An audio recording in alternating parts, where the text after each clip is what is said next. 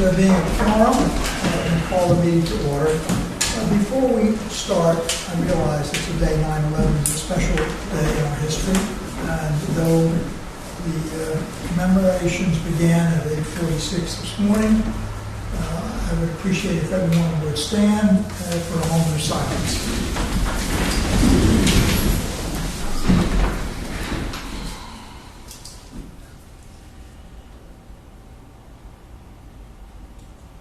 Thank you. First order of business here is public input. Hearing none, we'll move to Sandy Mack as we go for an amendment to the borrowing resolution. If we put this off another month, will it be 11 million? I hope not. It was close. You're wrong. Well, we're getting a good rate. We had to keep it under 10 million, so. Hello, everyone. So, the package you have before you is what you're going to be voting on today. And I'd like to walk through the process first, because it's been a while since the Bristol County Water Authority has done a negotiated deal with the bank. In fact, it's never done a negotiated deal with the bank. So, you may recall that we circulated a request for a proposal. We sent it to banks both in Rhode Island and Massachusetts. So competitively, we asked the banks if they were to buy a bond issued by the Bristol County Water Authority, how would they structure it, how would they price it, and were they interested in holding the paper. We got 3 of 4 responses back that were good responses. We did an analysis of those. We actually went back and negotiated with the banks further. And as a result of that process, back in July, I came before you and you selected TD Bank to be your bank that was going to purchase the bonds.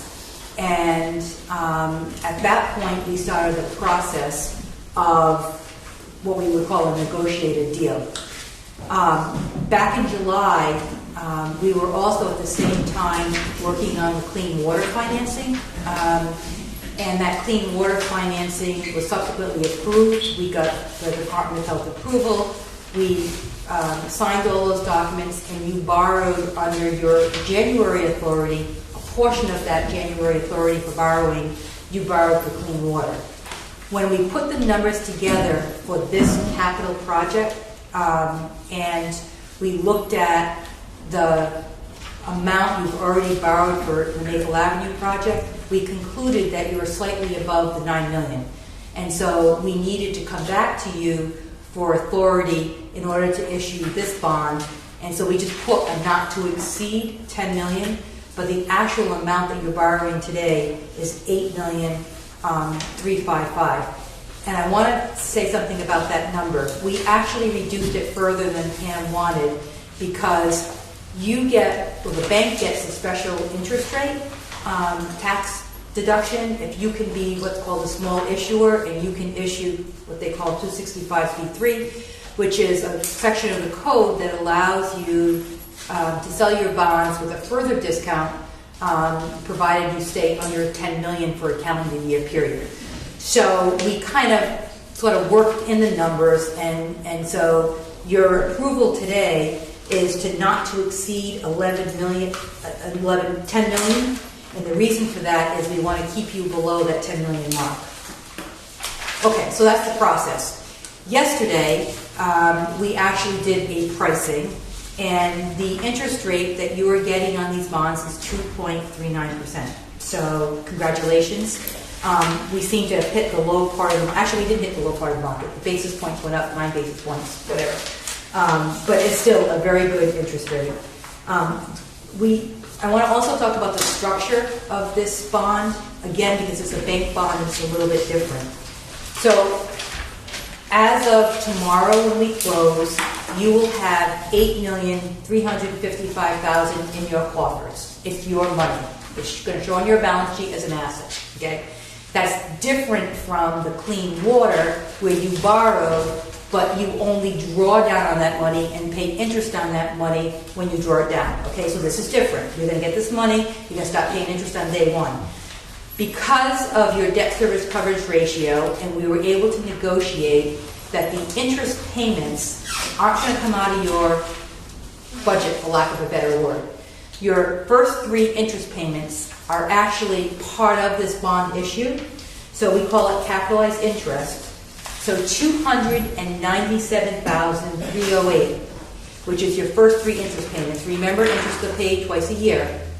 So that $297 is part of these proceeds, and that's going to be your interest for the first 18 months. Okay, so you're not going to have any interest payments due from your budget. You also are not going to have to pay any principal on this because we were able to negotiate a period of time where you can do this work and not pay principal. So your first principal payment is going to be in 2017. Now, why do I say all that? Because this is a 7-year bond, okay? It's amortized over 25 years. So that means in 2022, so you're going to pay, and your debt service is going to be something that's in your budget, it's in your capital plan. Your principal payment is going to be $350, $360, this is $1,000, $370,000, $380,000, $385,000. Then in February of 2022, you have a decision to make. Either you pay it off, or you most likely, like everybody else who holds these type of bonds, you refinance it. So you will go back to the market in 2022, and you'll say, and typically it's with the same holder of the bank, TD, and typically they will reprice it based on their formula that they've already gotten the documents, but updated for the pricing in 2022. So this was structured with a lot of care.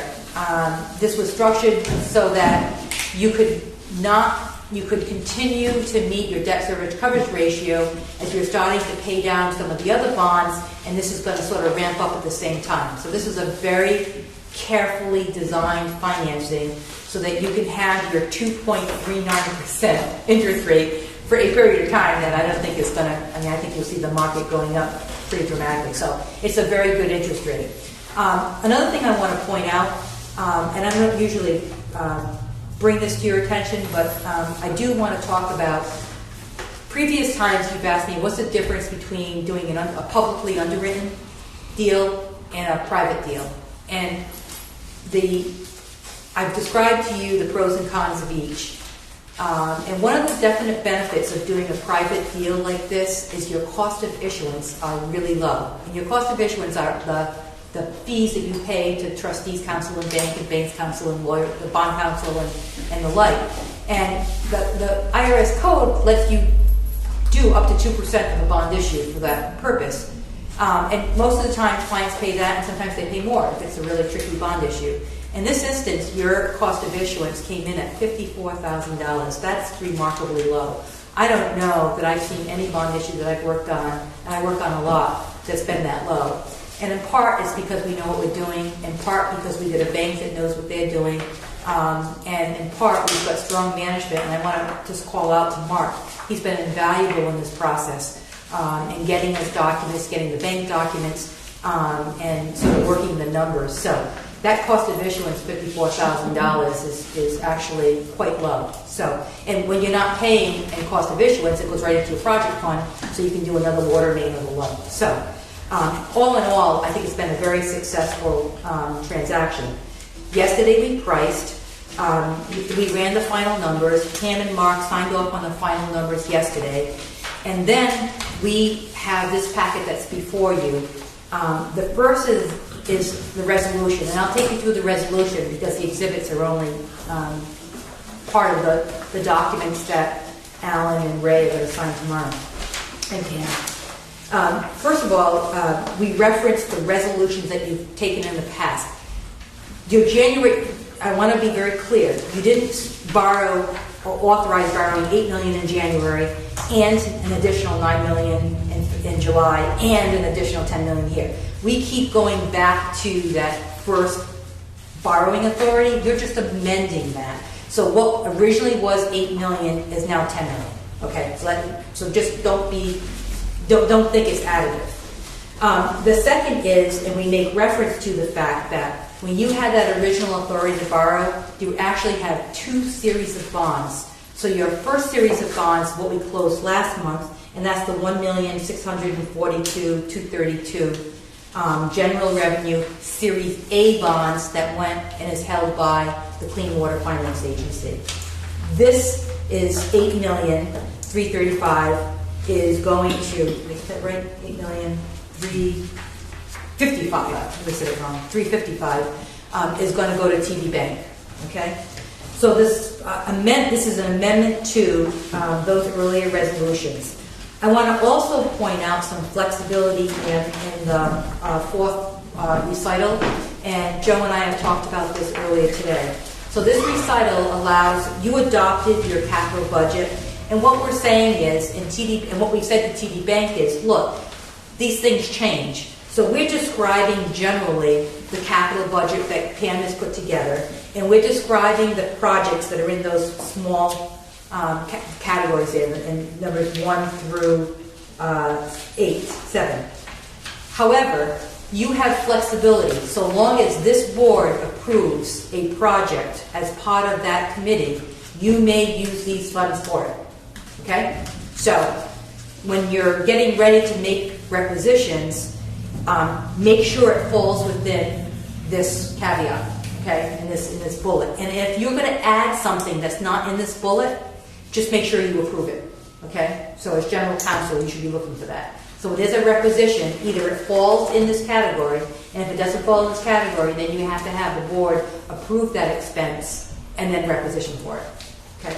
And you're going to be giving, every time Mark sends a requisition in for the funds from the trustee, they're going to look and you're going to say that this has been approved by the board. So we built in the flexibility, so because this is 2 years, and you don't know. Pam thinks today she's going to do this line, but it could be that this line doesn't require it, there's an emergency somewhere else. So we kind of have this longer term financing plan and built in the flexibility for you. Okay. So Exhibit A actually is your original borrowing resolution that you've already done. Same with Exhibit B. Exhibit C are the two documents that you're actually also adopting tonight. The bond purchase agreement is exactly what is described. It's an agreement with the bank that you will sell the bonds and they will buy it at 2.39%. It has also got some agreements in it, and we've gone over those agreements with Mark and with Pam. And those agreements relate to use of the project. They relate to maintaining your debt service coverage ratio of 125. They relate to making sure that you can't sell the project or merge your water company into another water company without the bank's consent. These are typical provisions that you have, that you would see in a loan agreement. If any of you are in business and you have loan agreements, it's similar to that. So that's in the bond purchase agreement. The series resolution is something that you are also agreeing to tonight. And the series resolution, in essence, says, yes, we're borrowing this amount of money at 2.39%. But here's what we're going to do with it. We're going to put, and I'm going to go through that with you right now. The series resolution actually describes where the money goes in the various funds that are held by the trustee. Let's get to that one.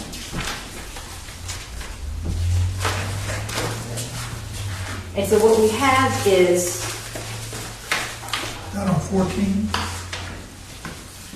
It's all right, I can do up the final numbers. We have the $297,000 going into capitalized interest. What page are you on? Well, I'm actually on the final numbers. Oh, okay. As opposed to. We have $556,685 going into debt service reserve fund. We've got the $54,000 that goes into the cost of issuance that goes out. And then the balance is what is your project fund to actually spend. That project fund is $7,447,000. So that's the money that you have at the end of this to actually spend on projects. Mark and I went over today. You have to use the money. You can't just sit on it. Okay? So 10% of that money needs to be used within 6 months of this bond issue. And I sent Mark a schedule earlier today. So approximately $750,000, I'm rounding here, by March 12th. 45% needs to be spent within a year, and that's approximately $3,375,000. And then the next target you want to try to get to is 75%, and that's approximately $5,625,000 by March 12, 2016. Okay? And what happens if they don't hit that target? Then you have tax consequences. So you have to, this is the reasonable expectation that Pam and Mark have. I want to say that again. It's the reasonable expectation that they're going to spend all of this in 24 months. If there's some delays that are outside of your concern, the code gives you an extra year to spend the money. So IRS code. If you don't spend it all in 3 years, then you will have to pay rebate on the amount of money that you earn on the account in excess of the interest rate.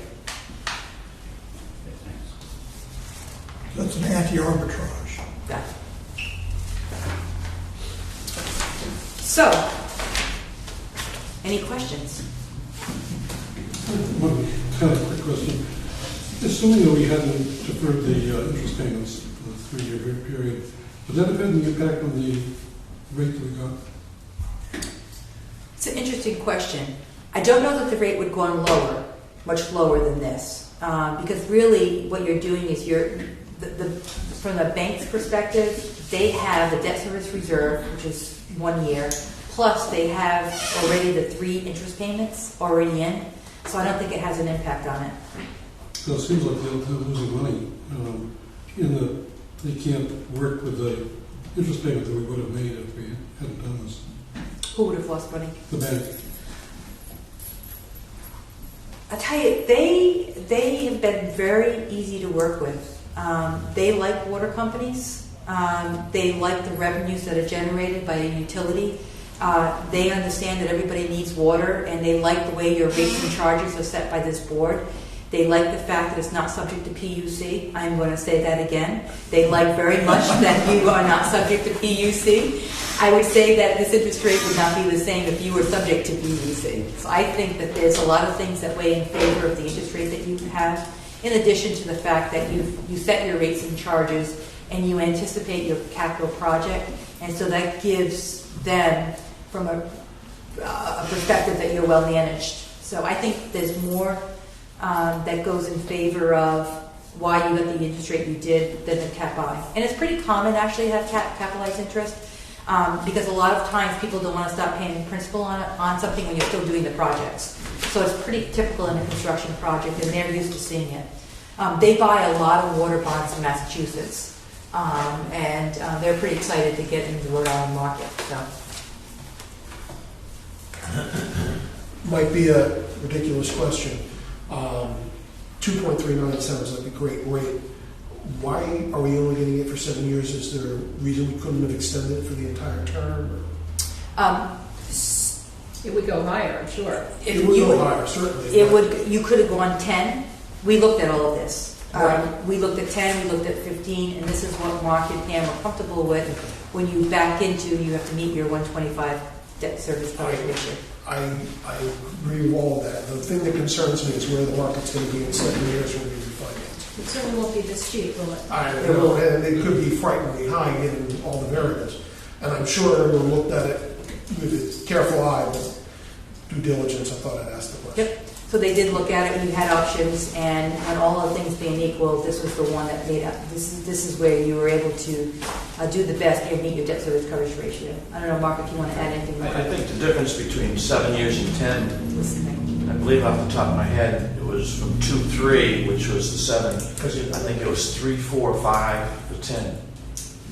Okay? Enough said. Okay? And we went back and ran the first 7 years at 3-4-5. Okay. And the amount of interest was dramatic that we'd be, even if it went up to like 6, we would be better off, you know, for those last 3 years to 10. Joel, the other thing I want to point out is, and I referenced this in the beginning, but you're paying interest on this money from day one. So that's the difference between this and the drawdown loan for clean water. So we're blending in a lot of financing techniques to be able to afford you the most money at the lower interest rates. My feeling in general, and I agree with everything you just said, is that if you got an opportunity to get a low rate, take it and run. And What? It makes perfect sense. We were, part of the reason we did, we were lucky enough to get the capitalized interest too, that it's going to hold our debt service around that $3.3 million. If we didn't have that first 2 years capitalized interest, and I have revamped debt service schedules that I can provide to the board that show that, because we get that big drop off, we lose those two big bonds come in FY 17 and 18, one for the purchase of the authority and the other for the pipeline. So once those drop off, our debt service, as it is now, would drop from 3.2 down to under $1 million. So there's a light at the end of the tunnel that we can finally see right now, that we're going to make it to that point and still be able to finance projects. And when you get to the 7 years, it may be that you want to pay some of this off, some of the principal off, and refinance it. It gives you all kinds of options. So, Just Let's ask get a Good couple of question. questions in. Yes, My question is not regarding the financing, mine directed more to Pam. There are a lot of things in all these, in this, and there are a lot of projects included. And I'm just questioning, maybe I missed something, maybe I overlooked something. Are any of these monies at all, since we're getting such an amount all of a sudden, scheduled or planned to be used to address in any way the pressure problem in the north end of Bristol? No, Nothing. not yet. That was actually in our 10-year plan, Right. 20-year plan. The Bristol problem was going to be starting, I believe, when our rates really dropped out with our debt service, because we paid off our bonds from our large bonds. That's when we were looking at taking out those bonds. We were looking at a $12 million I project. understood that, even whether any portion of these were being used for some of that or not. No, actually, I think in about 3 years, I started having funds in there to do the engineering work. And we're looking at about 5 years out to start the actual construction work. Sandy, given the constrictions that you've explained on this bond issue, that we have to expend funds within a certain amount of time, and the fact that we don't pay any interest on the clean water finance money until we draw it down,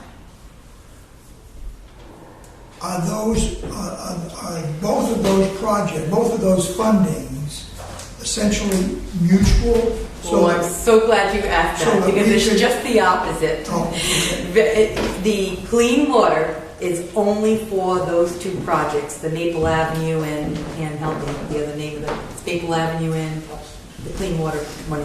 There's 3 streets, South Street. South Street. Okay, and that's already, Only for those. Okay. You cannot use the clean water money for anything else but those. okay, This is for everything else. gotcha. Yeah, and actually, Mark and I talked about, because you've been spending money on some of these projects that you're going to reimburse yourselves from at this, and it's not much. I think the $450,000. couple of $100,000 tomorrow will go back into your coffers from this bond money. But I said to Mark, we have to be very careful that your police detail for Maple Avenue is on clean water side, your police detail for these projects are on this side, and you really need to run separate accounts. So, Actually, TD Bank came in for a site visit about a week or so ago, which they're required to do. Right, And he said to us, don't worry, we're not going to micromanage you guys, you know what you're doing. Which is something you would never hear from clean water. That we understand you have to shift priorities, we understand you have to, you know your business, we don't, but we just need to be informed of what happens, which Sandy just talked about. But I've never heard anybody lending you that much and say, we're not going to micromanage you. That it will leave it up to your management here to decide where to spend it within the parameters that we have. and by the way, when they gave their first bank proposal, we negotiated back with them, and what we negotiated was exactly that, because at the same time, we were dealing with the restrictions on clean water, and I just wanted this to be easy for you. And so we negotiated a lot of that, and they agreed. They agreed after they met with the management team. They agreed after they did their due diligence, and they said, yes, this is a water company that's being run well. We're going to back off and not have the kinds of restrictions that was in their first proposal. So we were able to negotiate that. It's been a very I do a lot of work with a lot of banks. It's been very easy working with this bank. It's been a joy, frankly, which is reflective in your cost of issuance at $54,000.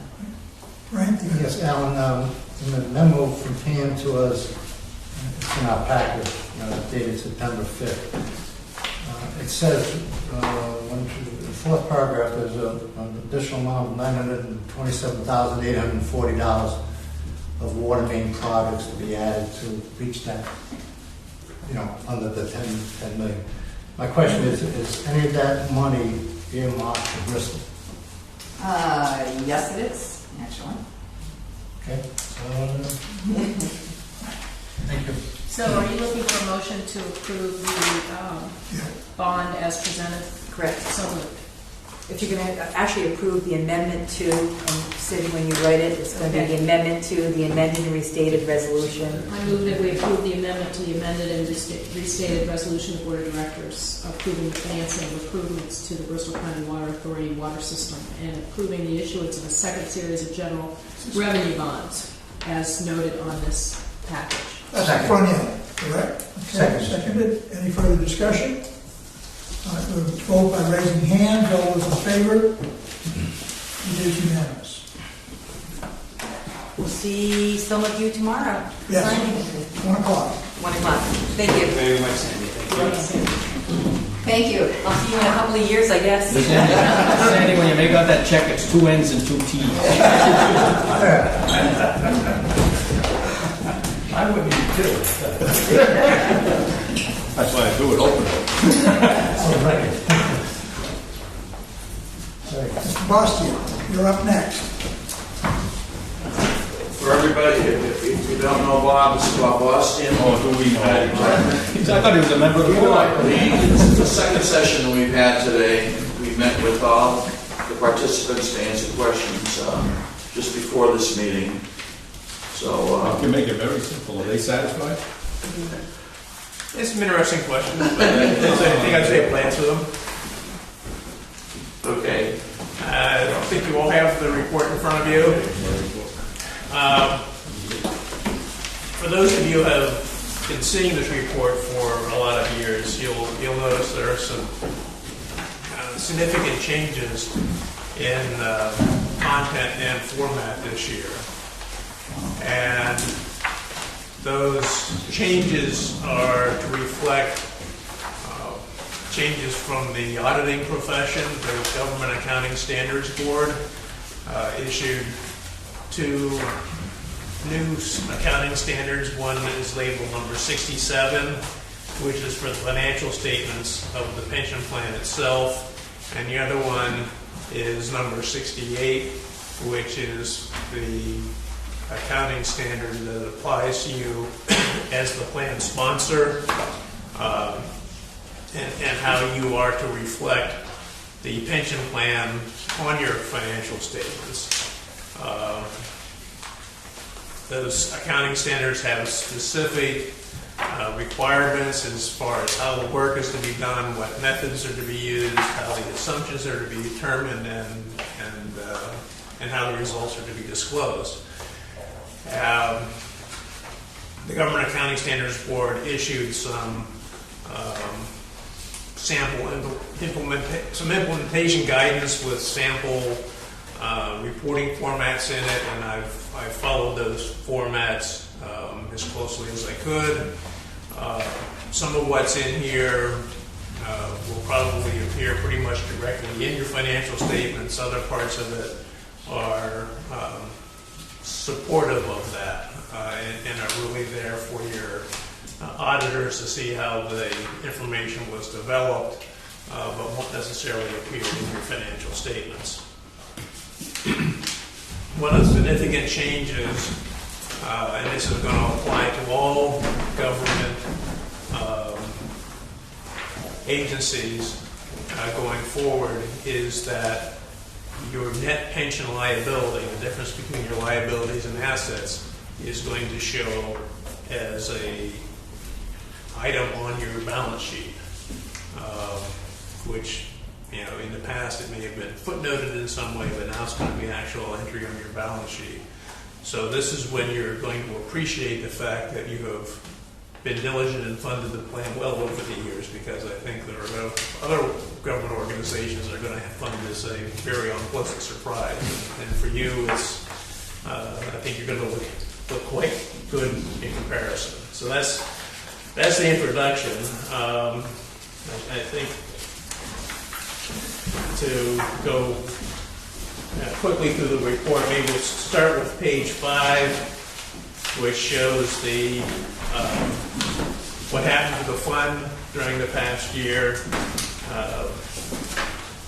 A year ago, July 1, 2013, the fund balance was $4,658,000. You contributed $275,000 during the year. You had an investment return of $678,000.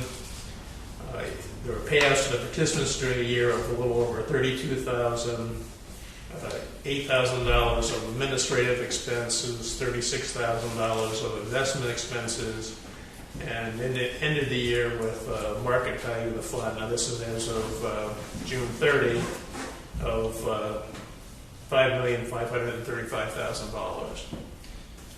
So they had a pretty nice return on the asset stream that year. On page 6, we show what the pension liability is.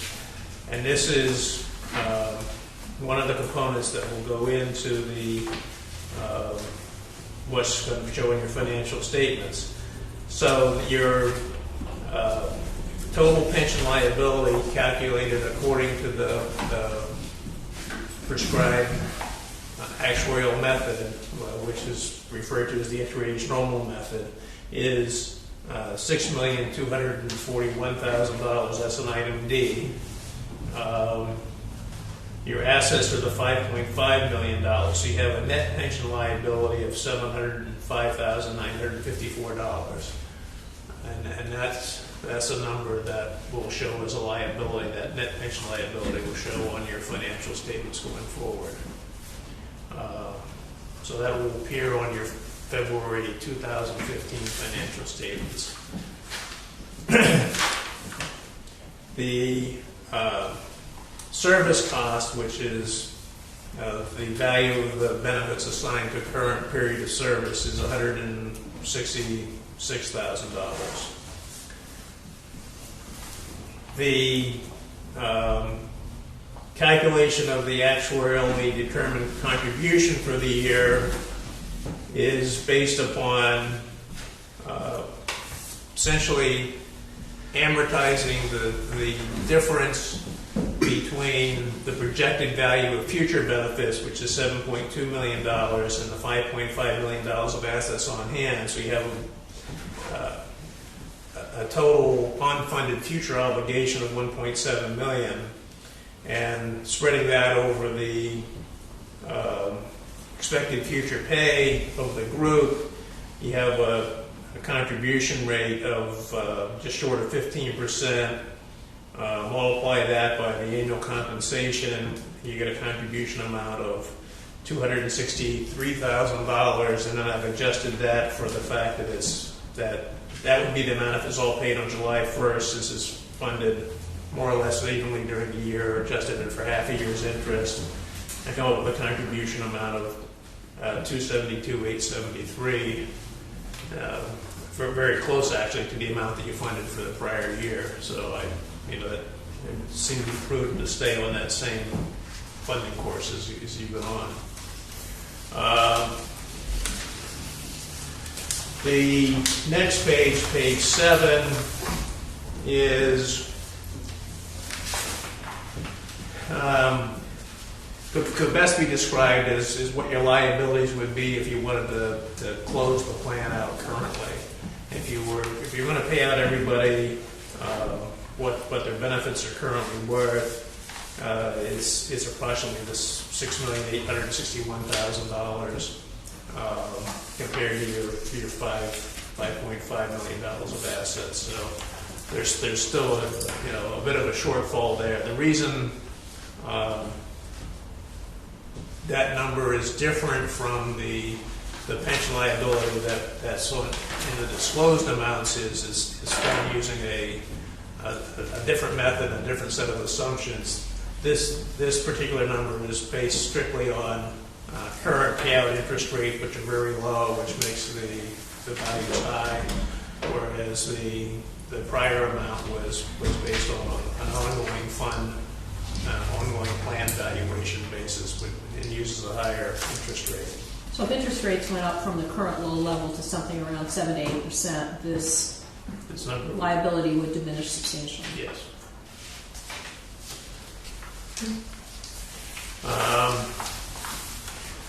This next section is what would be a part of the plan's financial statements.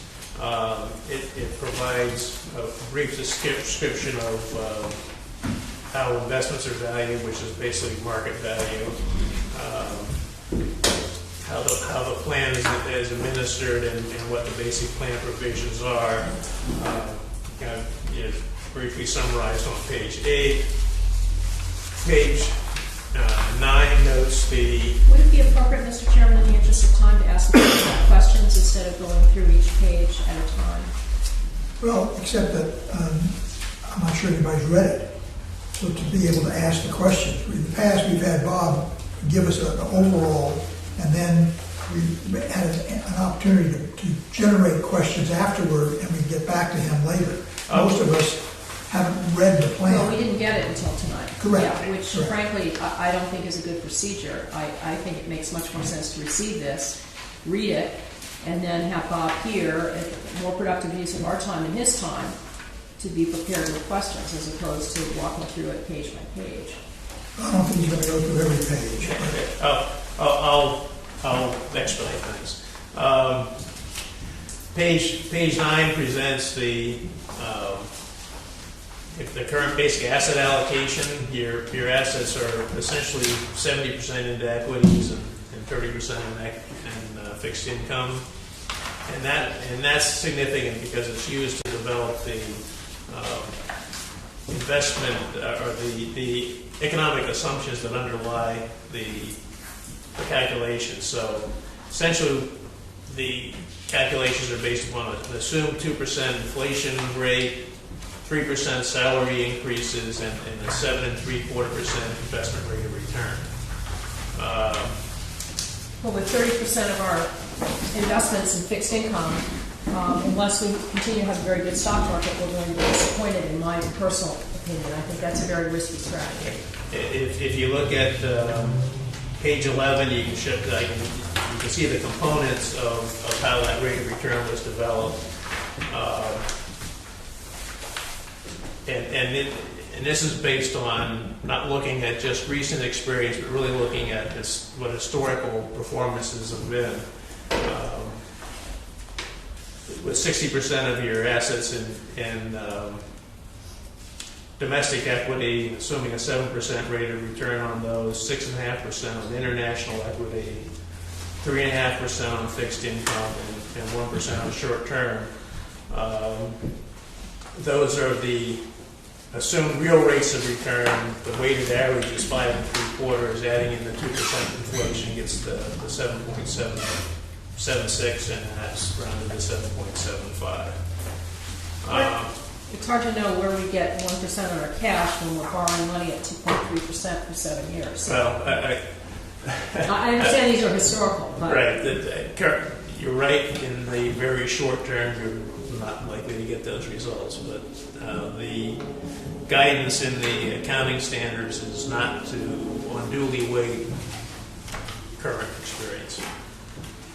I mean, if you were going to unduly weight current experience, you would look at the fact that you earned 15% last year. So we're looking at it long term. When you were last here, I asked what was the assumed rate of return, and you said 6%. Has the market changed so dramatically that we've gone up with 25%? Now, I think you're right. Last year's report did use 6%, and I did make a significant change there. And that is because the accounting guidance directed that change. Are the accountants going to help us if we don't achieve that amount, and therefore we have to come out Well- and gouge our ratepayers in order to fill that gap? My concern is that, we've got the stock market at a historical high with a correction that's inevitable, if not soon. And I don't know if that's the time to use that number and perhaps give weight to a higher estimated rate of return. 7.75 concerns me for the reasons that she said and others that I have on my own. I think it's not an unreasonable number, but it's a very strong number. It's a very aggressive number in my book.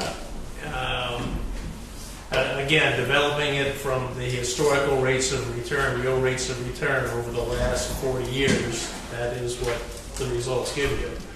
Now, I did mitigate Well, that. I don't understand that, because if it was 6% last year, and your assumption is at 7.75% this year, that has to be, and interest rates have continued to decline, so all that is based on is the difference in the stock market between last year and this year. I don't see how you get there otherwise. If you're basing it on the 40 years return, and you only have one difference between this year and last year, Well, I didn't do it that way this last year, okay?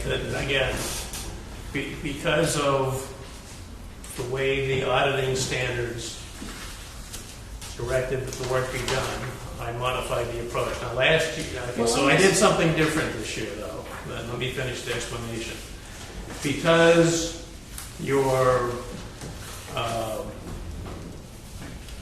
because most of your because your plan has a lump sum option, and many of your employees elect a lump sum option, and because interest rates are currently low,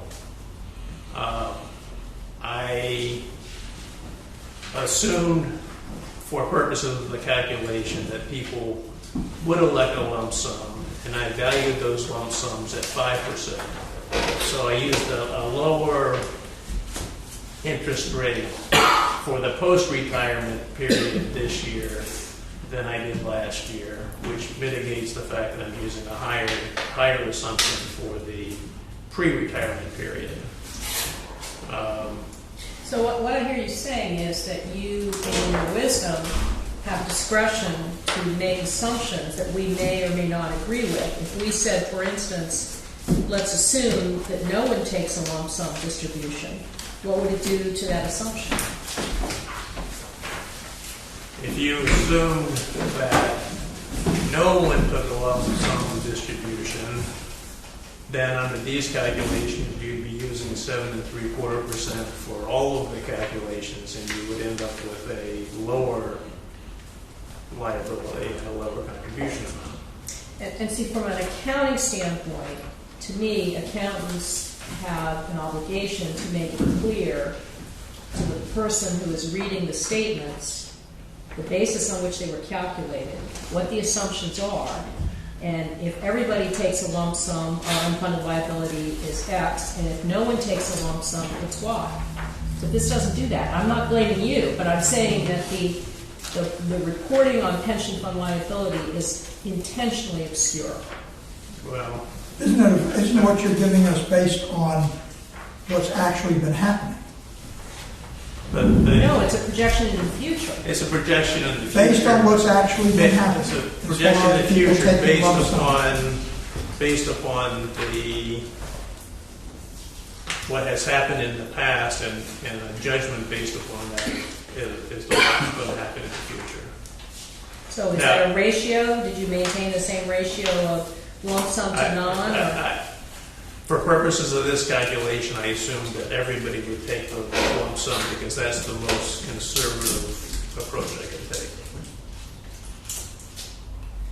I think one of the points Not everybody has taken a lump sum, Right. but it's been, it's been 80% or more Mark have taken lump sum to date. There are very few currently. 6-7 years, it's been about that. I mean, I think that the numbers you've given us in the past, the degree to which our pension has been funded, the degree to which this board has followed the recommendations of Mr. Bastian in our budgets, attest to the fact that we must be doing something correct. Maybe we're not doing something that's totally optimized and looking at every possible element, and few people on this board, and I'm certainly one to admit it, don't have the financial expertise that you have. But I would hesitate to say that what we've been doing is lacking. No, but I totally agree with Joel that 12 months ago, if our assumption was a 6% return, and today our assumption is 7.75% return, where I come from in the financial world, that's unacceptable. The world hasn't changed that. No.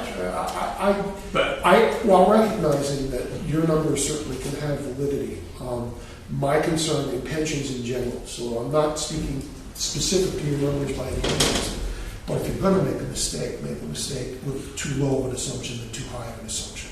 Because that way you protect everyone, you protect the pensions, you protect the organization, because part of what got Rhode Island in trouble was an 8.5 assumption through years that it didn't happen. They had to lower it to 7.5%, and I still think the 7.5% for Rhode Island is too high relative to the fact that, yes, we're in a boom market of the stock market, but history has not showed us that. And we've had 2 or 3 years in the last 10 years of the stock market turn significant losses. It gives me considerable unease to have a 7.75. You will probably see places like the state of Rhode Island use rates that are less than 7.75 because the GASB guidance says that if your pension plan is projected not to have sufficient assets from its current contribution rates to cover the liabilities, then the uncovered liabilities have to be valued using a municipal bond rate, which would be lower than the 7.75 or the 7.5. So, in effect, but if you expect your pensions to be covered by the contribution policy, which in this plan is already so well funded, and that there's no doubt that your contribution policy would cover all the pension liabilities, then you're directed to use the expected long-term rate of return.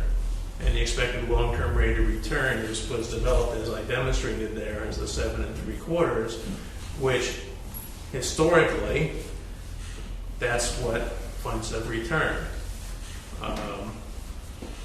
Now, there's also disclosed what the liability would be if you didn't earn that much. And if you look on page 14, there is what the unfunded liability would be if instead of 7.75, the rate was either 1% lower or 1% higher than that. So you can see what the sensitivity of the results is to the variance. If the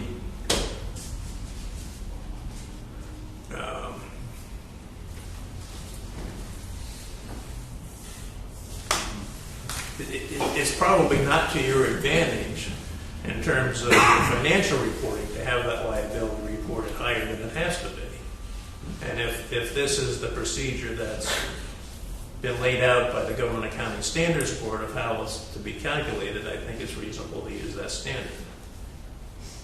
Now, if you think it's wise to fund it at a higher rate, at a higher level, because you have concerns about it, I wouldn't discourage funding it at a higher level. But Well, that would be our contribution. right. Or a change that this changing board, the assumption would mean that we would have to increase our contribution to make up for the loss. or as the board did make a change in the past, to go higher percentage on the stock, on equities. Yeah. So we could make that change. The board has had that under control in the past. We could do that if there is a concern. Well, that only works if the stock market gives you a higher return. Or if you are concerned that the stock market is going to go down, then the board would Do the reverse. do the reverse. And when you have adverse financial results, then there is a mechanism for adjusting for that over time. You would have to it's not an immediate dollar for dollar adjustment. You can fund those losses over time, which is what has happened in the past. Now, if you want to see what the rate of return has been historically, if you look on page 17, there is an historical 10-year results. And you're right. I mean, there are some years when not only don't you make 7 3/4, you have losses, but there are other years where you have outperformed. The last 10 years, we've averaged about 6%. I didn't do the compound average, but I have no compound, but I just added the numbers and divided by 10, and it comes in just under 6%. okay. Can I ask a question on this page, please? I noticed you use money-weighted rate of return as opposed to time-weighted. Isn't using... It's essentially the same thing. It affects the flows of funds into the timing of the flow of funds into and out of the account. But also the amount. Yes, the amount and the time. The BCWA has contributed over the last 10 years an average of about a little over $250,000 each year, in an average. So would you recommend us in monitoring the returns to continue using money-weighted rate of return as opposed to time? The money-weighted rate of return only affects the calculation of the rate of return within that particular year. It just reflects the cash, the flows into and out of the fund in the particular year during which the rate of return is calculated. But if we wanted a true value for the return on our money, wouldn't it be better to go with a time-weighted? I mean, aside from this, if we were trying to monitor it against a benchmark, when the time-weighted rate of return is more appropriate over the measurement? If you're measuring it over the 10-year period, yeah, right. I would say it would be. But this is a year-by-year measurement. Please continue.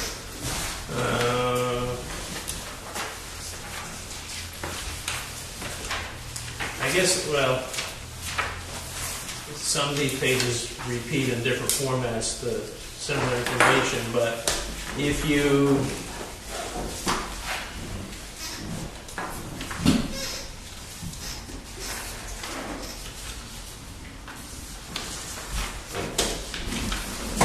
look at page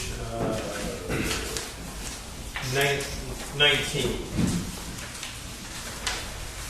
in addition to calculating the contribution amount and the pension liability, there is calculated a pension expense amount for the fiscal year. And again, there are prescribed components of that. And so the pension expense that's going to show on your financial statements for February is going to be the $260,000 number. And whether you contribute $100,000 or $500,000 doesn't matter. The pension expense number, the expense on your financial statements is going to be the $260,000. You mean if we So chose to double that arbitrarily, it wouldn't show up in our financial statements as a voluntary contribution to the pension fund?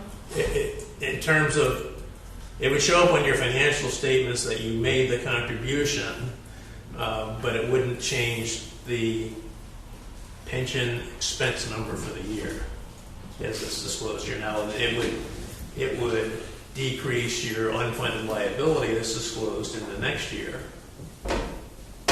So there are good reasons to do it, but I wasn't suggesting we do it. there are.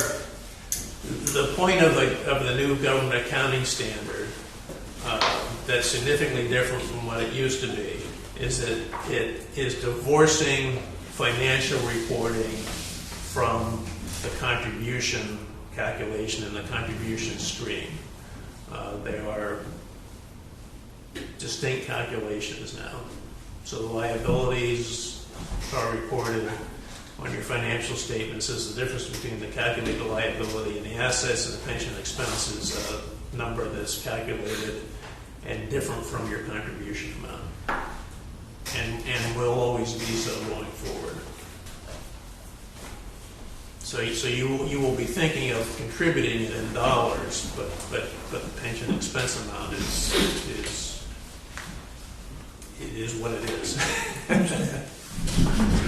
Well, perhaps the Finance Committee wants to take a look at this, discuss this further. Mr. Chairman, I would like to suggest in future years that this report be given to the Finance Committee in advance to go through it, evaluate it, prepare a list of questions before this full board looks at it.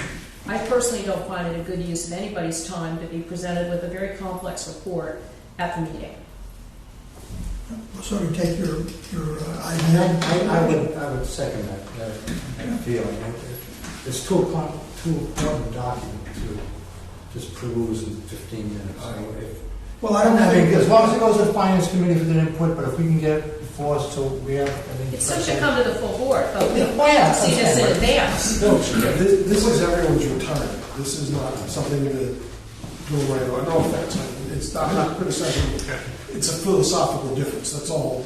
That We're not taking, I understand they're not taking a vote on it or anything like that. that's right. It's But, I mean, I would also suggest that you give this to your auditors, because ultimately, and do that now before you reach the end of your fiscal year, to see if they concur with my approach and if they'll sign off on it. If they think I've done something wrong and want it changed, then we should do that before you reach the end of your fiscal year. I don't think it's a case of you doing anything wrong. But there have been some significant changes, so I think that's a good suggestion. There can be disagreements, let me put it that way. I think that, the Finance Committee should discuss it and then bring it to the board, and I think the board has to decide what posture it wants to take on an issue of what percentage contribution. And there's ups and downs on both sides of the argument, certainly, because you're right, it'll increase what we have to reflect if we have a lower contribution. If we have a lower contribution, then we will put more money in and be more protected in the future. So there's arguments to be made on both sides, to be sure. However, Right, and try to separate your thinking of contribution amount from financial disclosure amounts, because they really are, they're more different now than they used to be in terms of what the government accounting standards, that they're intentionally trying to separate those two. we'll discuss this in the Finance Committee. fair enough. Any other questions? Thank you, Bob. Okay, yeah.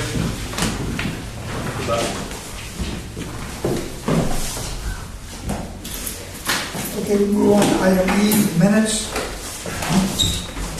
Motion to accept this minute, Chairman? Second, Second. discussion? No. No? No? You're not going to make a change? Are you ready to vote? All those in favor of the minutes, please say aye. Aye. It is unanimous. Executive Director's Report. This is item F. Water production. We seem to be doing a little better this year than we did last year. So we don't know why. Dry summer. It was much hotter last year, unless everyone gave up a lot earlier last year because of the heat. But, Do you track the rainfall in determining the water production numbers? Because I agree, it's been a very dry summer, and that, to me, has as much or more to do than heat. It's the length of time, right, in between rainfalls and the amount of soaking that the ground gets that makes the difference. But a lot of times, last summer was fairly dry and fairly hot as well, but sometimes when it is hot early, people don't water as much later on because they just give up earlier. Quick question, Mr. Chairman, of Pam. Is it possible, in the report on water production we do so, that we do a comparison of, because right now we're getting all our water from ponds, and last year we were paying one price for, say, 10 million gallons. And this year, because of rate increases, they're paying X amount more. And the reason I mention it, because I think it's important that it be reflected in a written document, because we're pursuing a redundant source. If we can show that over a period of time, year by year, whether we maintain the same use, the cost of that water keeps on going up because Providence keeps on raising the rates. So that would, in my opinion, that would help generate support out there of help making this connection to our redundant source happen faster. Just my opinion. And we actually do have a chart in our annual report I that shows just the that's once a year. I mean, I think that as a director, if I see a monthly report and I can show it to my appointing authority or my ratepayers in Bristol, saying, well, this is what we paid last year. It was $800,000 for the month of August, and because we had a PUC change the rates, we're paying $900,000. And that's why we need a redundant source. I think that the figures speak for themselves. Actually, with last year, we only went up 2%. So it's, well, the because we fought it. Yeah, well, yes, that's true. But if we have to fight it every year, it's still going to go up. Right. I have excuse me, I have a question on this also. Have you compared the consumption, I shouldn't say that, the intake from Providence has gone up, but what about the actual consumption? Have you looked at the usage by customer, total customers, to see if the comparison of how much we took in is close to the comparison of how much went out? Bill? That's on my report. He wants to answer that. My report, we've talked about this before. Pam's talking about basically how much water comes through the system. My report, what I'm talking about, consumption, is what we sold. But my numbers are a little different. It takes where we bill 3 months, a couple of months in arrears, when we're getting a lot of water in July and August. I don't see that in bills till September and October, when we're billing for June, July, and August. So you wouldn't necessarily have that kind of information until like the end of the year, where how much came in as a total and how much went out as a total. Right. Right, because right now we're seeing the greatest increases during the summer months. So you really couldn't do it on a quarterly basis. You would have to do it on a longer period of time.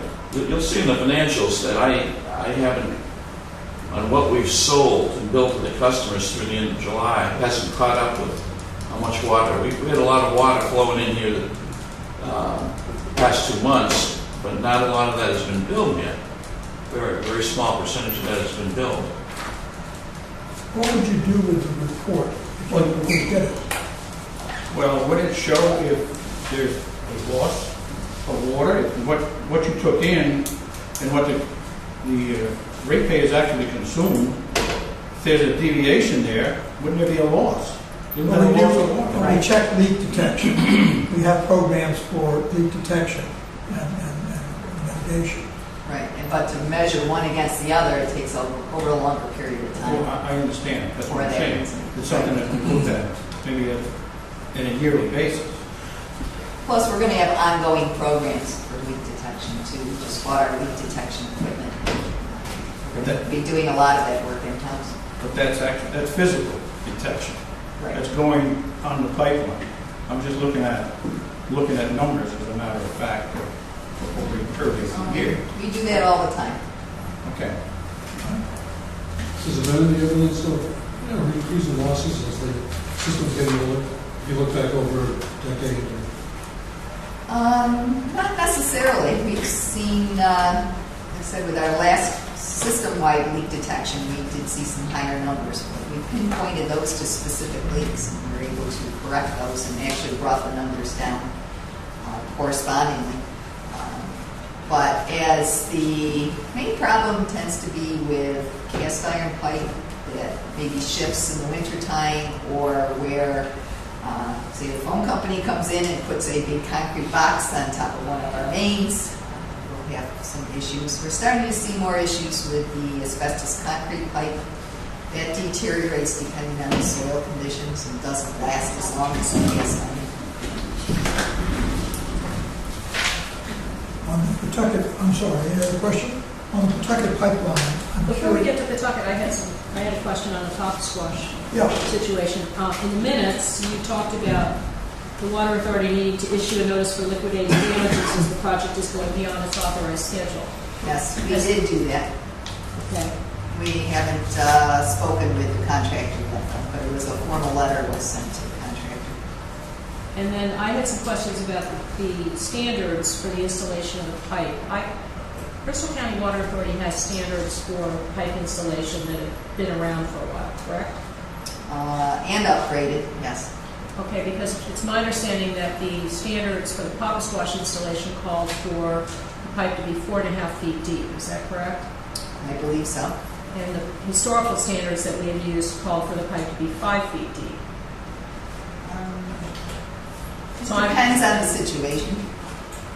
I guess maybe Here's Ken what- could address that one. Here's more, what I'm but- struggling with.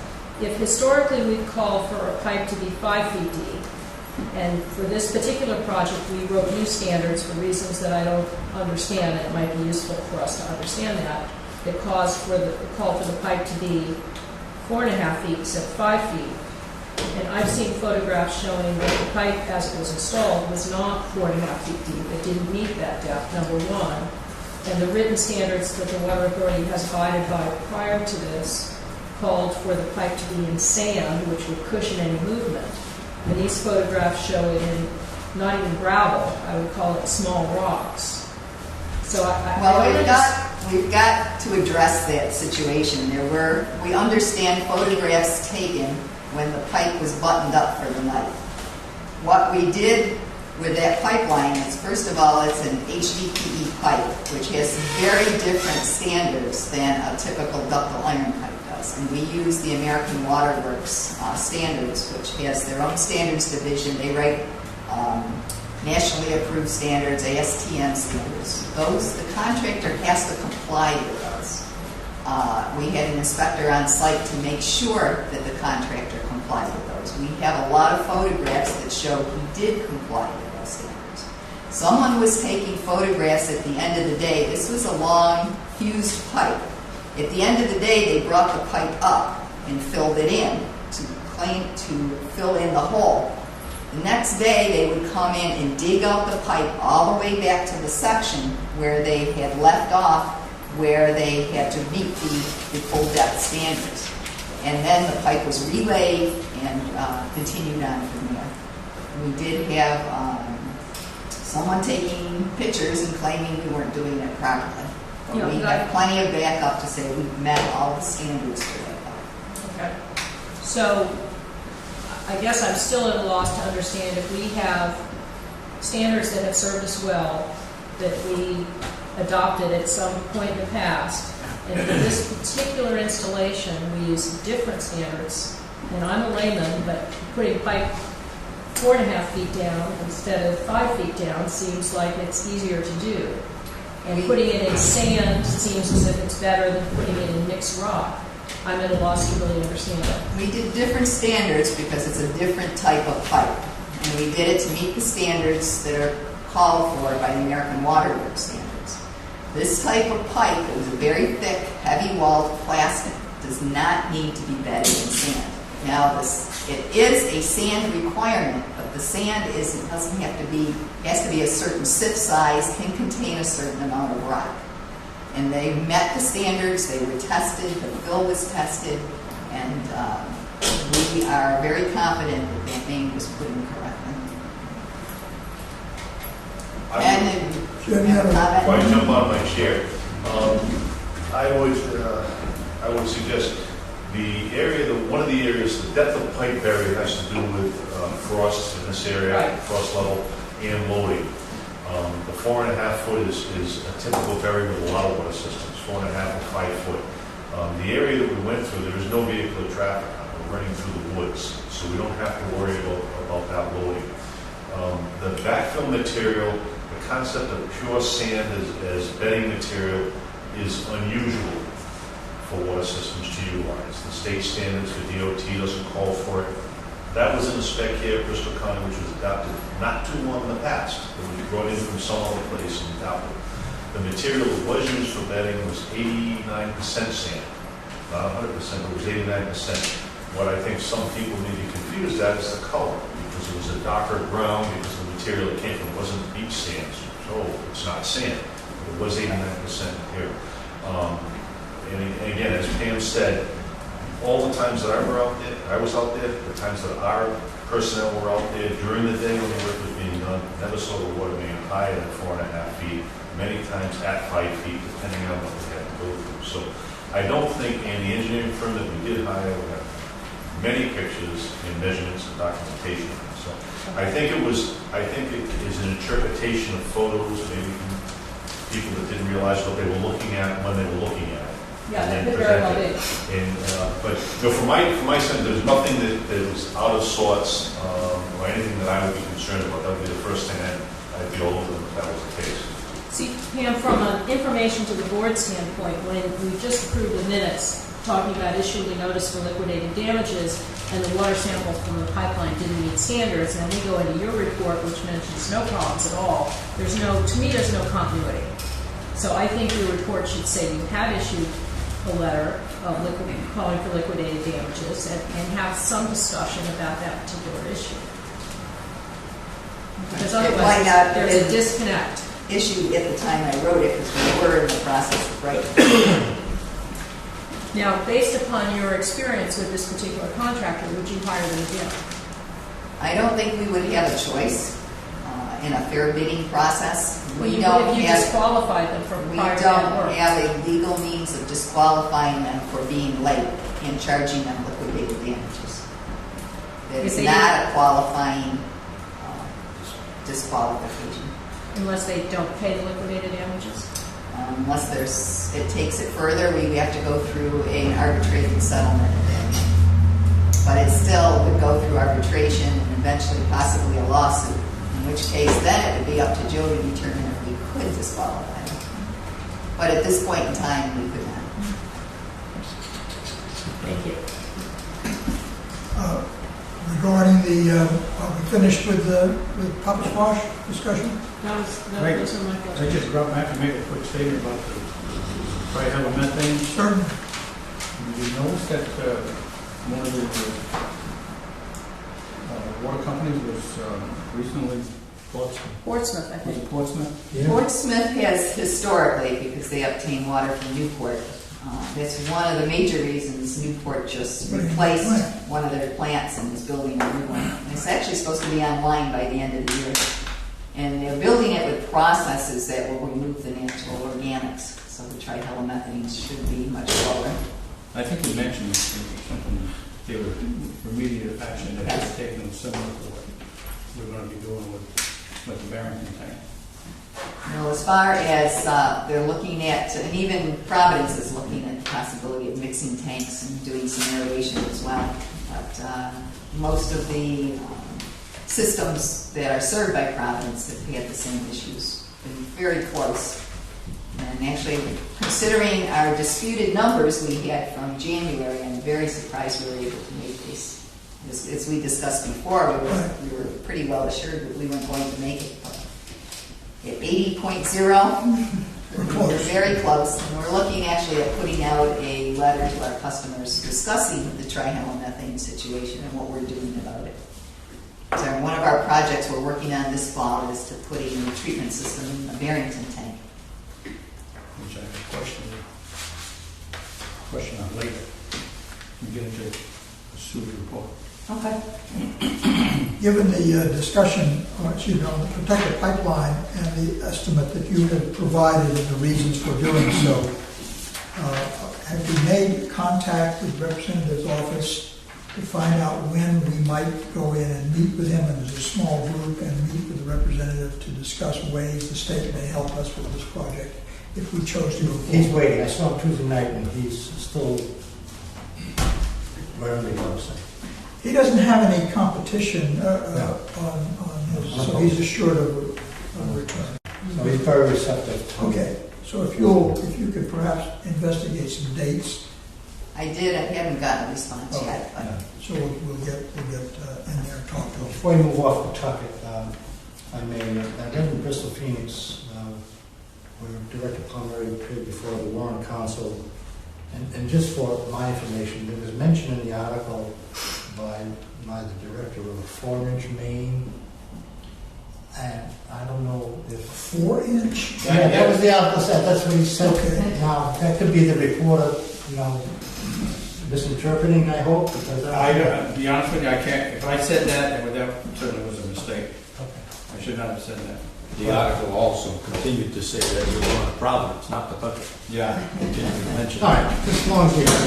Maybe the extra one, the Providence, is only 4 inches. I don't believe much of what I read in that. I had a question, also on a tougher thing. Yes. What you're looking at here is, we originally were going to have a 20-inch line go to the Kent Heights area, right? Correct. So you would continue the 20-inch line all the way to Tucket. That's right. This proposal. Okay, so that's like about 5.5 miles, I think, from what I got out of some of the other information. Yes. I had a question posed to me, or more of a comment from the Warren Town Council. Why would you want to put in a smaller line if someday you may have to go back and increase that size of that line? For what reason? Do you want to... I don't know. That was a You question. couldn't tie That it. was a question I had. I would think that if it goes this way, and we bear the cost along with the state, and put that line, there's no way, and there's no way that we can sell water to East Providence without being under the PUC control. Because you can't do that. So if we go that way, East Providence is out of the picture totally. I'm sure they're aware of that. So I think before the first shovel of dirt is turned over, you might see, I'm hoping you might see East Providence approach to become partners with us again, because there's no way that we are, we're going to be able to sell water to East Providence. I think that this information that we developed is all part of our whole program to go back and meet with East Providence. Okay, but I think we have to wait until the election is over and they settle in with their new council. And I think at that point, we should make arrangements to go meet with the council, talk to them, explain everything, show the difference, and say, this is, if you are going to miss this, then this is what's going to happen. That was something that was not in that article that I did mention today. Yeah, I'm sure you did. And I said, part of our whole thought was to eventually get East Providence back on board. But that makes sense. That makes sense. Okay. Any other items in her report that anyone has questions about? I have one more question on that. Is this $900,000 in the Tucket Pipeline project, does that include the Nayett Point modifications? You said plus? Control station and chemical addition, yes. Okay, so it does. That would be the full cost, essentially. The last item I guess we ought to discuss, because you have a separate item on it, is the Barrington Bridge. Very good. And where that has paid off, taking it to the councils, taking it to the representatives and senators. Yes, we got a very quick response, actually, and the chief engineer was directed to make sure we got the situation resolved. He came down and met with us, Ken and I, and went through a couple of scenarios as to how they could get this worked out. We agreed with them. They did a preliminary inspection. They're going to have to come back to do a more thorough inspection based on some of the procedures they were looking at. We agree it's workable. I think that's the result of talking to someone who has the power to shut off your green water. Flow of dollars. Yes, I do have to thank all of our reps. I understand that they all got on a phone conference together and determined how they were going to proceed and contacted the DOT. So we owe thanks to everyone. Yes. I wonder if there's a way that we can formally deliver that. Perhaps a resolution from the board tonight thanking them for their quick action and Everyone, yes. so moved. Why don't we, well, okay, then we will accept your motion and for the details of the resolution to be prepared. Right. Second. Any further discussion? All in favor? Aye. It is unanimous. I just want to comment on the engineering report by Sue Wilbur. Yes, Answers all my questions, who, what, where, when, and how. She puts those reports up, it's fantastic. I have questions on that report.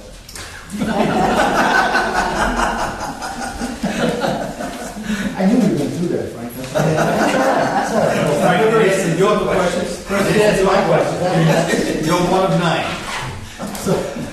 The tank in Barrington, is that gonna have to be taken out of service to do this work? Yes. Okay, easy question. The other thing I noticed was there was a comment on Maple Avenue. It says Barrington Avenue was found to be already cemented line pipe. So this street was cleaned and put back in service. How was it we didn't know that ahead of time? That was a cement line pipe. Isn't that in our records? It was in our records as a pre-1935 unlined pipe. Okay. And any samples we took did look like it was corroded pipe. Okay. So as we find that it had some, at least for some of it, it was cement line, do we correct our records? Yes, of course. So part of the GIS thing is going to, over time, we're going to have an accurate map of the condition of the pipes. Exactly. Okay. any questions about Randy's report? Yeah. I think, Can I look? sure. No, great report. Any questions, Frank? No, I concur.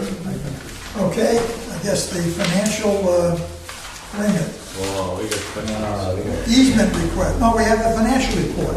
Chief, he's going to make this exceedingly short, Yes. so that the finance committee can review it. Thank you, that was a great job. That's all triple tasty. Is that enough? It's fine. Sorry, Frederick came to sit over in the block. Give the people what they want, right? Okay, quickly, That's the key word. you may look around and look at a lot of employees that look very tired because we went live August 1st. Yes, So the financials I've given tonight are through the 31st of July, which is the last time we had running dual systems that compared both. Both had to tie out to the thing. But we've, starting August 1st, we've been running along day by day, proving out every day. Few little things are coming up that we're working out, but the way we extrapolate from the new system to get everything we need to do financials comes from different sources, different reports. So August will be a little time, take some time to make sure that before we bless it to present to the board, but it's a little different, a different structure. But up till the end of July, for the year, I mean, I summed it up in my my summary on page 1 that sales were 105% of budget, expenses 90%, which is the best ratio we can get. I went through some of the other facts. I wanted to note that our debt service went down a little bit in July, but one of the reasons we have all these projects that were going on with uncertainty of what we'd have to pay for these capital projects that are going to be funded from the bonds, that I pushed some extra money into operations, about $400,000 that I kept in there in case we had to pay a vendor before we had the bond available.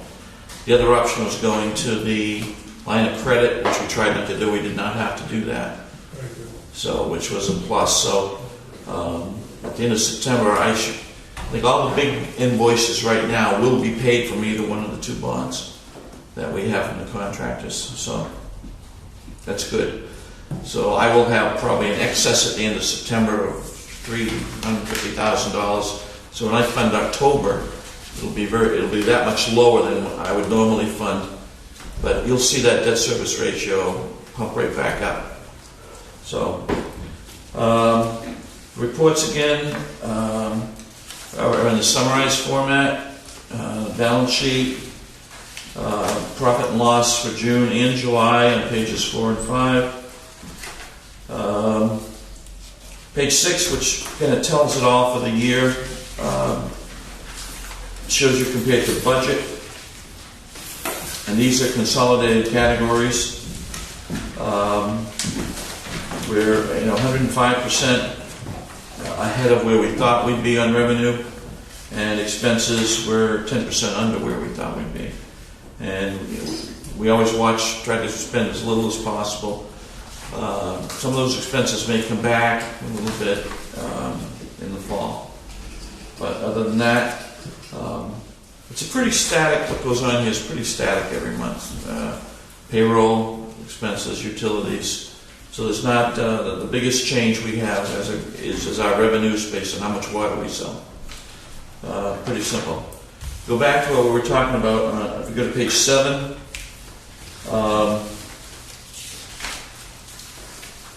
if you look at dollars billed up through the end of July, we're up 3.96 over last year. That's with a 4% rate increase. So that kind of tells me we're just about where we were last year in consumption, and with the 4% increase. Page 8 is just a chart. If we go to consumption on page 9, you can see although our purchases from Providence have been up July and August pretty significantly, at the end of July, the number of gallons actually are down a little over 1%. So That's billed. that's gallons that are billed, delivered, Right. versus not that came through the system. Because that difference goes to flushing, leaks, whatever. As well as wholesale sales we sell to when they come fill up the fire trucks or the sweepers. So those numbers make sense based on the rate increase, but I expect that negative to probably start to go positive as our billing gets through September, October, November, which will incorporate those summer months.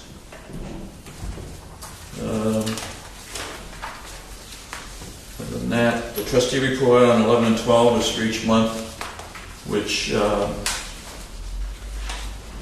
can, if it's not something I don't think you want to get into detail. The last two, I do have the pension investments for the end of July. When Bob presented, we were about at $5.5 million, and at the end of August, we're close to $5.7 million. So we've been able to recoup some of those losses we had in June. So I think it's going, from the investment perspective, it's going, I think, very well. So. If anyone has other questions following, get back. You can either do them next month or... Right. We are meeting, Finance Committee's meeting tentatively on the 22nd. Yeah, and let me just add, since I got both of you in the room and allowed to talk with you in the room in this case, he's on vacation until right before the meeting, so he won't have time to prepare. Do we want to reschedule that further or meet with Mark and just coming back from vacation, not having anyone prepare the items? What's your pleasure? I'm flexible, whatever you want. What do you think? I don't know that he needs to prepare anything, really. All right, I'm just saying, Yeah. It's supposed to be always. we'll see you at the meeting and Okay. you'll I mean, see you So again. what time is it on the 22nd? Because this is news to me. You want 5:30 or 6? I mean, see, what's good for you? 5:30 works. 5:30? Good. Doug? Or earlier. I'm flexible. Yeah, I could do earlier. Yeah, I can. 5 o'clock? If you can do earlier. I can do 4:30, but about as early as I could be here. We're going to do 5 o'clock. 5 o'clock? 5 o'clock? 5 o'clock, so. Good by me. Hey Mark, could you just quickly, what's again the fire services income? What is that from? That's public and private. The private fire services that we bill, and public would be the towns that we bill for hydrants. A hydrant charge. The sprinkler systems in buildings also for a large service. So you charge the municipalities for what? For hydrants? So much a hydrant. Okay, because We're very low. We're very low on that. No, it's a charge. Okay. In fact, Not for service to the hydrants, not for the hydrants themselves. And not for the water. For the water to, No, they don't get charged for the water, just for the service to the hydrant. Okay. And is that a flat Keep fee them that you maintained. charge them? or- That's a flat fee, it's actually part of an agreement that was done in, almost 18 years ago now. generates about 5% of revenue, but the national consultant that we had, the rate review, said that should be closer to 20%. And that it is done in this way by the hydrant because it's a convenient way to calculate the numbers. It's not paying for the hydrant. It's for the pressure, it's for the volume of water, it's for the assurance to deliver that volume of water. I see. All right. I'll ask a silly question. Do we charge each town the same per hydrant, or is there a different structure? Same. Just thought I'd ask. It was part of the. Should we charge Garrison negotiation, I more? think. That's what I'm worried about. It's part of the pilot agreement Right. that was done with all 3 towns. I just and it wanted to make sure it includes was the in. hydrant fees. That has a few more years in it, right? 2018. 18, yeah. And so private fire service means what? sprinklers. In buildings? Yeah. Sprinklers, I think, Yeah, it's a sand manufacturing facility had fire code demanded sprinklers throughout the building. They need this separate 6-inch service for it. So we do the fee to provide that service over and above their domestic use. Thank you. Okay, any other questions? Moving right along. Good job. Thank you, sir. Easement request from the town of Warren. Move with that, the easement. Second. Any further discussion? It's pretty straightforward, Okay. Who prepares that? Them or us? and they will, I believe, for this one. I'll have them, But Joe would be involved. I'll Yeah. prepare it and I'll look at it. Do they cover our legal costs for that? I would suggest that we ask them to do that. That's what I meant. Who prepares it? Them or us? They would prepare it, and I would have Joe take a look at it. Make sure our interests were covered. So we have a motion on the floor. Yeah, with that covenant, that if there's any cost to do that, it would be borne by them and not by the authority. Yeah, but we have to review it. Yes. Right. We can't make them pay for our review. Oh, Yes, oh we yeah, can. that's part of, Yes, we part can. of the. If we're doing them a favor. We're doing them a favor. Joe's gonna do it. The only thing is, we are going to be asking them for an easement on another piece of property. Well, then, why don't you talk to them about that to make certain we're not paying Quid pro quo. quid, yeah, we're treated the same. Yeah. Mhm. So do we have this included in the motion? I mean, I don't think you have. I would like to see this motion, Motion just to to grant the say to. It's an election year, they don't want to go suing us. Okay. So the motion does not include hold us harmless for every nickel spent on it. But I think that the point is made to. Yeah, we understand that. Those in favor, please say aye. Aye. It is unanimous. In other words, Joe Griffin is in charge, he's not going to build. I get the hint that they're paying, I charge a lot. Paying charge for the one I got it. things that you. I got it. Okay, the award of the dam study project, dam study proposal. I guess it is a dam study. Yeah. Just one question, if I may, Mr. Chairman. Pam, paragraph 5, it starts the above kicking you. Yes. Next to the last sentence, the DEM Department of Fish and Wildlife support this resolution. Is that a verbal support or in writing? It's a verbal. Any chance? I mean, do you think it's beneficial? I think we could get it in writing. Okay, why don't we We just... might be able to. Yeah, just so that we have... They were pretty enthusiastic. Okay, just so we can get something for the file in writing. Appreciate it. So if everybody's read, I'm sorry, go ahead. I just had a question on the very last line, where it said there's a $35,000 cost. Correct. I was about to say, if everybody has read this and read the accompanying information that goes with it and the bids, then I entertain a motion to put that on the floor for acceptance, and then we can discuss any detail of the Move to approve as presented. Second. 150 for the two projects. Second. And second, okay, discussion now. Question, do you have a question of Pam about this? That that in our budget? I mean, that's something that's not a problem as far as we're going to pay for it? Or? No, but it's actually going to get charged back to the water resource board. Yeah, the Okay. state pays for it, right? Yes. And if they don't, I've got Joe lined up. All right, further discussion? Ready to vote? All those in favor, please say aye. Aye. It is unanimous.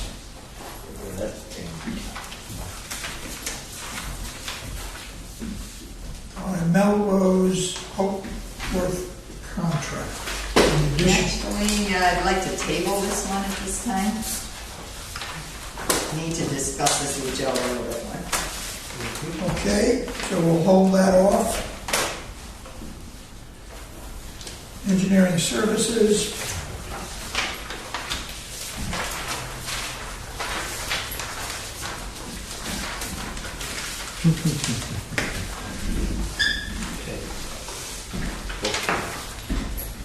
I had a question about is that the Melrose and Hopeworth? Is that something you're tabling? Or is It's that- in addition to their contract. Okay, my question was that there's an existing 6-inch main that you're having to clean and line instead of putting in a new 8-inch main due to the Verizon ductwork on top of our water main. Do they have an easement in order to do that? They're in the public right of way. I see, okay. And we are going back to them I saw that for for the cost, reimbursement. or at least partial reimbursement because of that.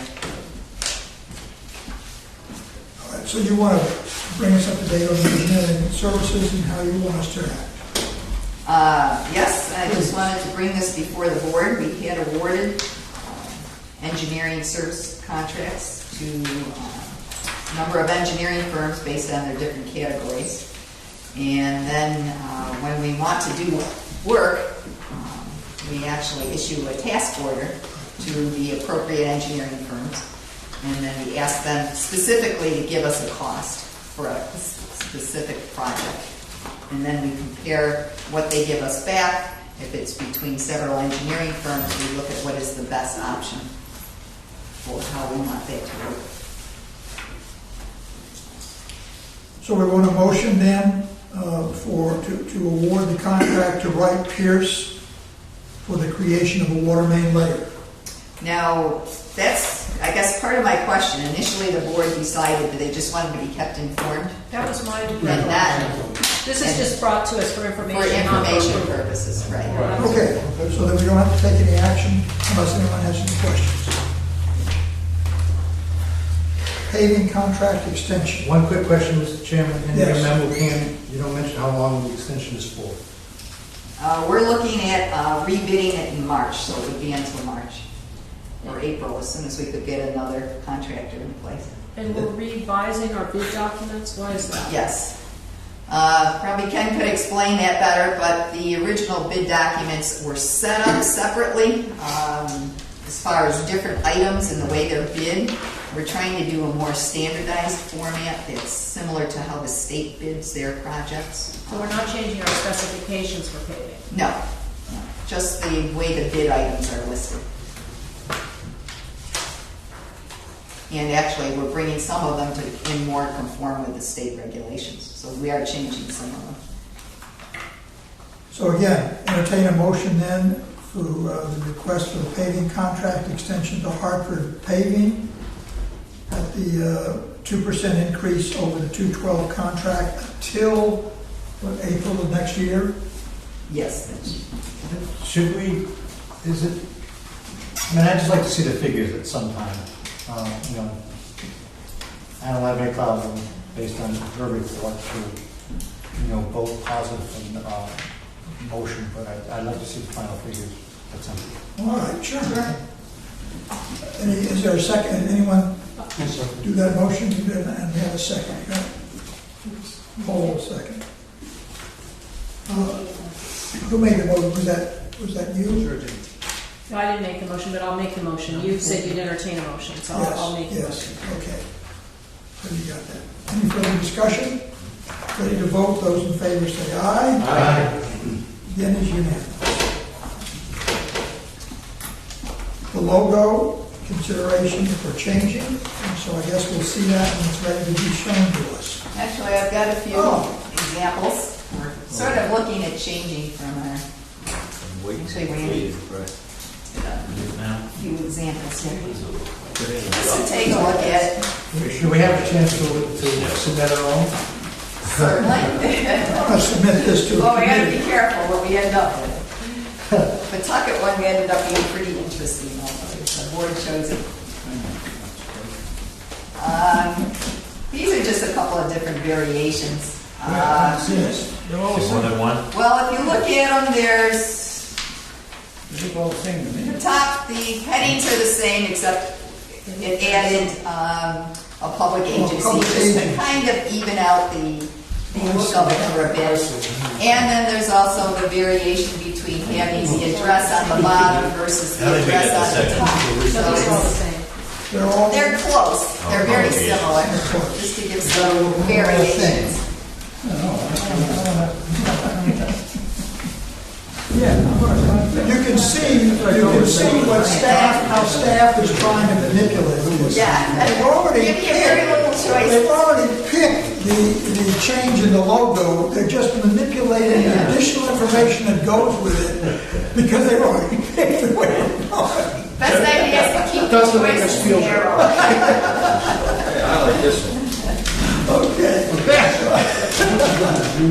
And that one we're looking at for uniforms, having patches made up and be able to put on uniforms, or something where we would just want something very plain and simple. Block letters. I like the old.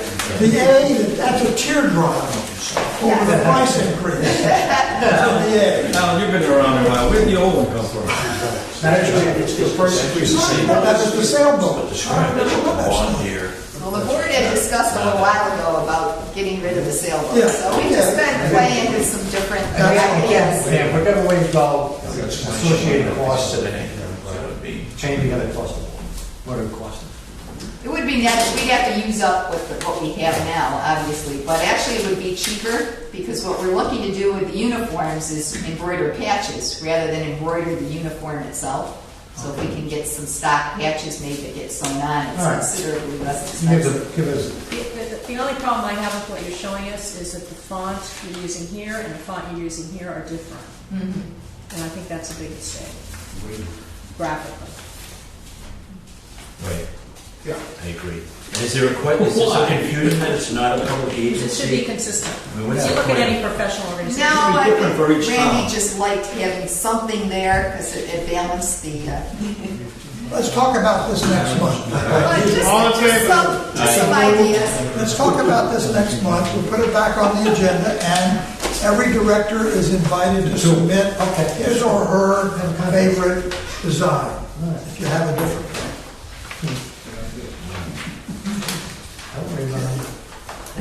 Quarterly charge-offs, with no approval, you've got the information there. There's board correspondence. I had a question about the water line protection plan. Yes. As I saw the materials, we're not getting paid for this, and I had some concerns about the fact that this says the safety valve water line protection plan is fully endorsed by the Bristol County Water Authority. And we have a letter on our letterhead urging people to sign up for it, and I'm not comfortable legally with our liability. Yes, we did bid this. It was No, I a understand. program that the board bid and supports, but it's totally voluntary. I understand all that, but if I receive this, and I'm a little old lady, and I read it, and this company has a problem in the future, they're gonna come after us. This says everything, I mean, we fully endorse it. Yes, we do. This has been, Did you review these Yeah, materials? so part of the You're comfortable part of with the this? contract is they have to indemnify us. That they, if we get named, which I suppose somebody could, but. And this is a company whose financial wherewithal we're comfortable with, standing Yeah, behind that endorsement? they do Tuckett, Providence. North Providence, Warwick. Providence. That, I will tell you, I mean, just anecdotally, they do a very good job I know in Pawtucket, they'll come in, you'll see, they'll come in once a year, and they'll show you the number of claims they had. They'll give you a comparison of what they spend on it as opposed to what the person paid in insurance. They do a pretty good job. Yeah, my only concern was Yeah. if they, disappear, that we've endorsed this to our customers. Right, so if they disappeared, the contract would be null and void, we'd probably send out a notice, but they've been around. Okay. They really have, they've done a pretty good Thank job. you. I'd like you to know, though, it's still confusing to some people. They really think that they're not really clear what it's about. I've had questions addressed to me. That happens. What is this? Why Yeah. why have to do this? And they don't really understand, I think, that it's voluntary. I think you're gonna find that you're gonna get a certain amount of questions from the public, because as clear as they try and make it, as clear as you try and make it in the letter, you're gonna have some folks who have questions, and you'll probably, if you haven't already, probably customer service will be some calls asking you that. We did a training session with all of our staff, including customer Have you service. had any calls? Not yet. Really? We How would figure, give it a couple weeks and we'll start getting. Just quickly, how are these brochures being distributed? I haven't got. The company mails them out. They mail them. We give them our address list for our customers. Because I haven't gotten one. I got one from They're I got one from another just company. being sent out Yes, as of earlier, the yeah. 26th, I believe. But, yeah, they're available at the front desk. Somebody must have got wind of it, because I got one from another company. Well, another company has been sending them out. This other company doesn't have the best reputation. The whole issue, we did it as an organization, is to make sure we get the best deal for our customers. We had very stringent specifications as to what had to be provided, what was included in the cost. And we negotiated a pretty low cost. From what I can see, we're about the lowest of all of the other utilities, and actually lower than what I pay in Providence. They've been, as time goes on, they're getting more and more experience with this, and they take a look at our neighborhoods and how long the pipelines are and what they can actually expect for costs when they have to actually perform the work. And, we've got a very good deal for our customers. And again, it's totally voluntary. It's available for the customers that want it, and there's really no other pressure for customers to purchase it. We recommend, especially if they have older houses, that it's certainly very worthwhile. Older pipes, they're more prone to leakage, and it's very expensive to replace those pipes. And it can cost you $2,000 to $5,000 to have that work done, and the problem is it's not something you can wait on. You have to get that repaired immediately. I use the example of the golf shop situation. What I had. Okay, we have that board correspondence, which everyone can see that came from the state. And we've already taken action to thank our representatives for their part in this. Our next scheduled meeting is the 29th. Do we have any other business to discuss? Entertain a motion. Well, actually, just as a comment, it's 10/29 in October. As we were thinking, we may not need to do our regular board meeting this month. We might be looking at a bid or two, so we may need to have a special meeting perhaps sometime before then. And I'm not going to be here on the 29th for the conflict. I may be campaigning, I don't know yet. We'll have a quorum, Yeah, We won't take up anything important. all right. Entertain a motion to So moved. close this. The March report.